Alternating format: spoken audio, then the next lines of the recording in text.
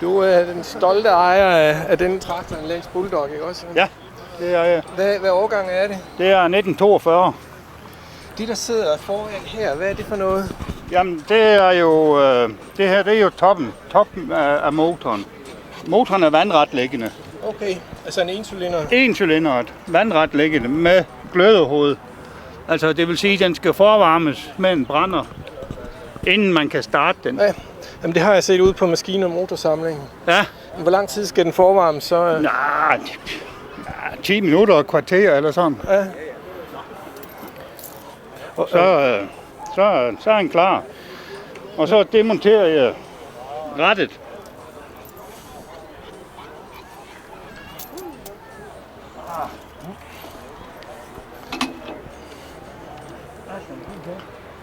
Og putter ind her i svinghjulet.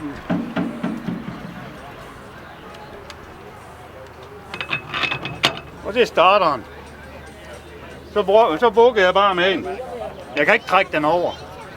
Jeg vugger bare med den, og så springer den i gang. Den kan ikke sparke sig, eller hvad? Eller give bagslag? Jo, altså den kan godt starte baglen, så motoren render baglen. Men så skal man jo bare rykke ud. Men så kan jeg, med den her, så kan jeg vende motoren. Nå? Så den kører den rigtige vej. Hvordan virker det? Jamen det er pumpen. Det her, det er selve dieselpumpen. Men så ved jeg, at jeg holder den. Så er den lige ved at gå i stå. Og så slipper jeg den og lige giver den et par gange.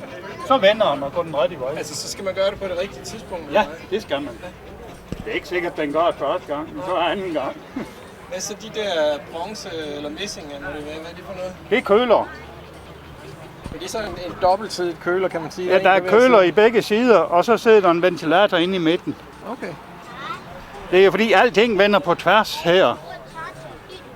Alt mod af gearkassen vender også på tværs. Altså gearen, de ligger den vej i stedet for normalt i en bil, ja. Op og ned. Det hele vender på tværs. Hvor stort et volumen har den? 10,3 liter. Og hvor mange heste yder den? 35. Okay. Jamen, det er så alligevel en del, altså. Ja. Hvornår blev den produceret? 42. Nej, men den er lavet helt fra i 30'erne, og så den sluttede i 54, tror jeg. Okay. Fantastisk. Men altså, det er så en, hvad skal man sige, en retstyret starter, der sidder der, altså. Ja, det kan man godt kalde det jo. Altså, det er det eneste form for starter, der er. Jeg kan køre en det stykke der.